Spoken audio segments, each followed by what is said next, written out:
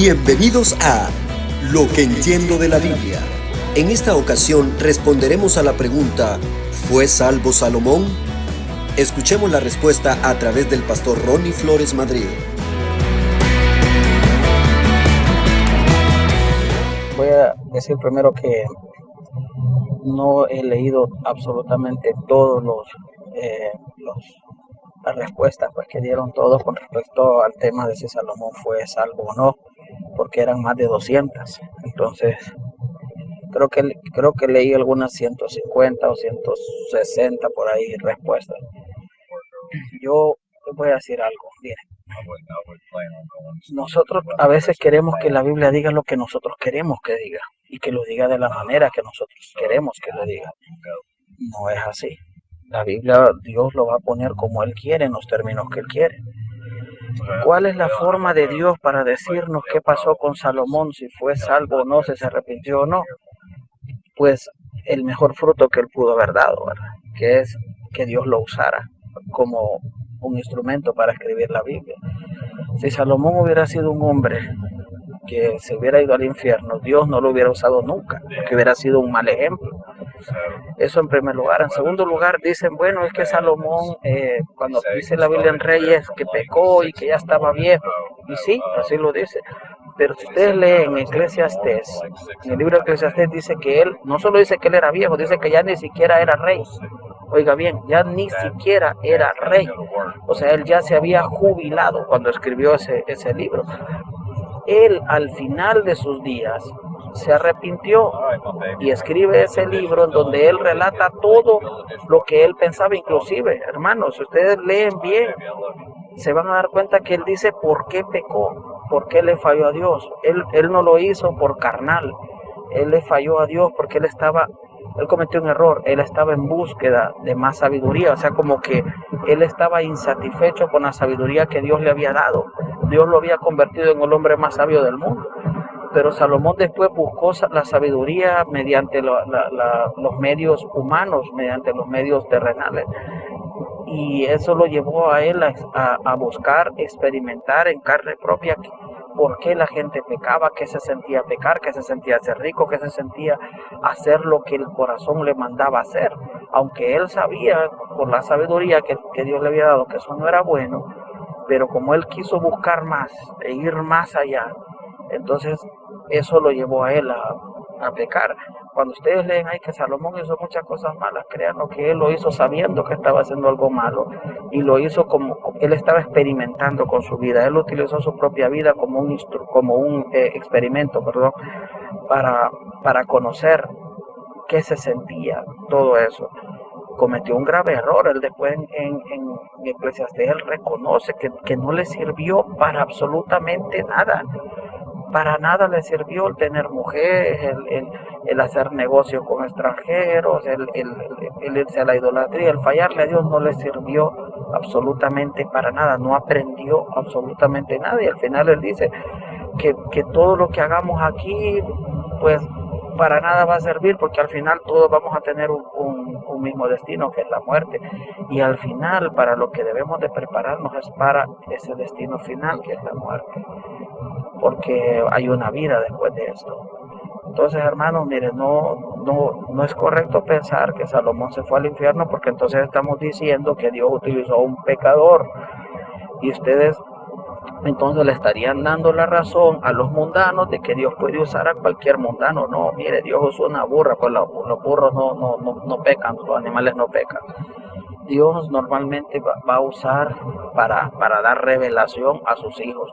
Dios puede usar a un mundano para alguna cosa, pero para dar revelación, para enseñar palabra de Dios, que es vida eterna para nosotros, nunca va a usar a un impío. Y Dios usó a Salomón en los momentos en los que él estaba en santidad con Dios. En aquellos años de su vida en los que él estuvo en pecado, Dios no lo utilizó, ¿ya? Y después Dios lo utiliza después al final de su vida, porque Dios conoce el futuro. Dios sabía que Salomón iba a fallarle, Dios sabía que se iba a arrepentir de corazón al final de su vida. Gracias a Dios, él se arrepintió al final, aunque sea. Hay gente que se muere y no se arrepiente nunca. Entonces lo importante es que entendamos eso, ¿verdad? Lean el libro de Eclesiastés, que es uno de los libros más bonitos para leer de la Biblia. Analicen cada texto, pónganse en los zapatos del que está escribiendo y se van a dar cuenta qué es lo que estaba sintiendo la persona cuando escribió eso. Con respecto al tema de que Dios perdona, pero las consecuencias no se detienen, pues eso es una verdad. Miremos el mismo caso de David, cuando David le falló a Dios y tomó la mujer de Urías. Aunque David se arrepintió, aunque David se humilló, pero ¿qué le pasó? Mire, se le muere el hijo que tuvo con esa mujer, el hijo producto del adulterio, se le muere. Y luego le viene una maldición, por decirlo así, a su familia, que un hijo viola a una de sus hijas.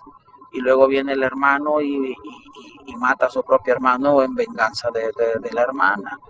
Y después ese mismo que lo mató, después quiso matar a su mismo papá y quiso robarle el reino y después se acostó públicamente con las mujeres del papá.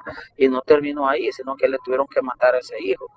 Y luego, cuando ya David ya entrega el reino a Salomón por orden de Dios, el hijo que era mayor que Salomón dijo, no, si este reino yo me lo merecía. Y resulta que después él quiso robarle el reino a su hermano y su hermano tuvo que mandarlo a matar también. Imagínense qué terrible todo lo que le vino a David por haberle fallado a Dios. O sea, las consecuencias son reales. Dios nos puede perdonar, pero las consecuencias ya las tenemos ganadas, como que dice.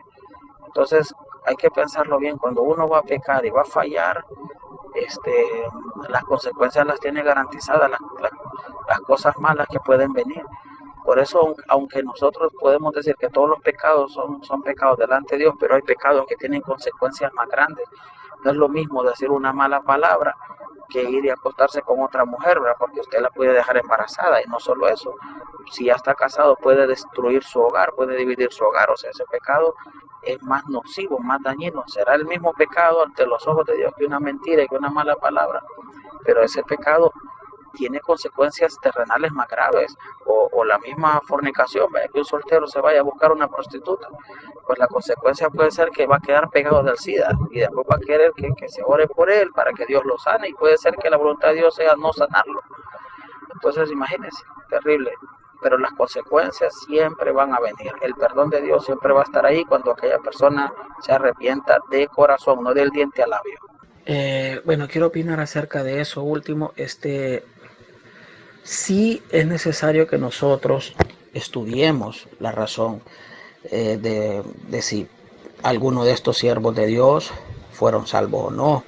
¿Por qué razón? Mire, el diablo está tratando de desacreditar a todos los hombres de Dios, a todos aquellos, principalmente aquellos que tuvieron que ver con algo que quedó escrito en la Biblia. Desacreditar a hombres como Moisés, que escribió el Pentateuco, desacreditar al apóstol Pablo, que fue el hombre que escribió más cartas en el Nuevo Testamento, desacreditar al apóstol Pedro, desacreditar a todo el mundo, porque si desacreditan a estos hombres, entonces desacreditan la Biblia. Si nosotros creemos que Salomón se fue al infierno, es peligroso. Es peligrosísimo, porque entonces vamos a creer nosotros que el libro de Proverbios y Eclesiastés, que estos dos libros entonces no son muy buenos porque fueron escritos por un hombre que se fue al infierno, por un idólatra, un carnal, un perverso. Vamos a creer, no, si este hombre escribió Proverbios y nada, si este hombre escribió Eclesiastés, nada, sí. Y cuando leamos Cantar de los Cantares vamos a decir, oh, aquí tenemos la evidencia de que este hombre era un carnal. Mire qué libro pornográfico el que escribió. Porque yo he escuchado gente decir eso. Entonces es peligroso. Nosotros no podemos caer en eso de decir que no nos interesa el tema, porque sí es importante, porque están desacreditando la palabra del Señor mucha gente, y nosotros no podemos quedarnos cruzados de brazos porque somos la sal de la tierra y la luz del mundo. Y la misma Biblia dice que la luz no se debe de esconder, y mucho pueblo cristiano quiere esconder su luz y dice, no, es que yo no me meto en eso, yo mejor aquí me quedo tranquilito, escondidito. No quiere defender su fe, no quiere alumbrar. Mire los faros se ponen en alto y alumbran, y un barco que venga ahí perdido, cuando mira la luz del faro, sabe cuál es la dirección correcta. Pues así nosotros también, nosotros somos esos faros, somos luces que alumbramos a otros. Desacreditar a siervos de Dios como Salomón, Si fue un hombre de Dios que se arrepintió ya en su vejez, ya no era rey. El hombre se arrepintió y se dio cuenta que había hecho mal, se dio cuenta de que él había cometido esos pecados buscando mayor sabiduría y que eso no le sirvió de nada al final. No le sirvió de nada. Porque es cierto, Dios nos demanda tener sabiduría y que hay que buscarla, y etcétera, etcétera, porque sin sabiduría no se puede vivir en este mundo. Pero Salomón llegó al punto de que para él lo único importante era la sabiduría y se olvidó de la santidad. Buscando tanta sabiduría cometió voluntariamente pecados para hacerse más sabio, según él.